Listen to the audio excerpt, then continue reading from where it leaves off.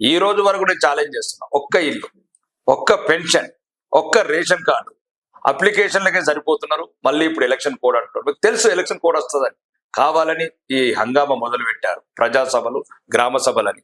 కాబట్టి మీకు ఇచ్చే ఉద్దేశం ఉంటే మీరు అధికారంలో రాగానే మీరు నల్లటి కార్ల కాన్వాయ్ ఎక్కిన ముఖ్యమంత్రి గారు, మంత్రుల బంగళాలల్లా తిష్ట వేసిన మంత్రులు, సీనియర్ మంత్రులు ఆ రోజే ఇచ్చేవాళ్ళు పేదవాళ్లకు.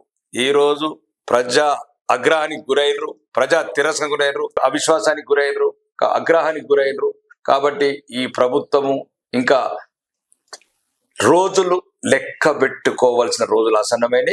ఈ సమస్యల మీదనే భారతీయ జనతా పార్టీ ప్రజల పక్షాన, ప్రజల గొంతు అయి నిలబడి కలబడి ఈ రాష్ట్రాన్ని మళ్ళీ బాగుపరచాలంటే, ఈ అప్పులు లేని అభివృద్ధి పథంలో దూసుకెళ్లాల్సిన తెలంగాణ రావాలంటే, తెలంగాణ ప్రజలు మొన్నట్టయితే పార్లమెంట్ లో 8 సీట్లు గెలిపించి భారతీయ జనతా పార్టీ వైపు కోరుకుంటున్నారో, వాళ్ళ ఆశలు, వాళ్ళ కోరికలు వమ్ము చేయకుండా ప్రజాక్షేత్రంలో ప్రజల తరపున నిలబడి కలబడి కొట్లాడి ఈ ప్రభుత్వం మెడలు వంచి ఏవైతే మీరు చెప్పారో వాగ్దానాలు అవన్నీ అమలు చేసే వరకు, ఉదాహరణకు మహిళలకు 2500 మహాలక్ష్మి కావచ్చు, వృద్ధులకు 4000 పెన్షన్ కావచ్చు, దివ్యాంగులకు 6000 కావచ్చు, ఆడబిడ్డలకు స్కూటీలు కావచ్చు, పోడు భూములు వంచుతామన్న ఈ రాహుల్ గాంధీ గారి వాగ్దానం కావచ్చు, ఏదైతే ప్రజాక్షేత్రంలో మీరు ఏదైతే 6 గ్యారంటీలు, 60 గ్యారంటీలు, 420 మోసపూరితమైన మేనిఫెస్టోలు ప్రకటన రిలీజ్ చేశారో అవన్నిటి మీద నిలదీస్తాం. తెలంగాణ ప్రజల గొంతై నిలుస్తాం.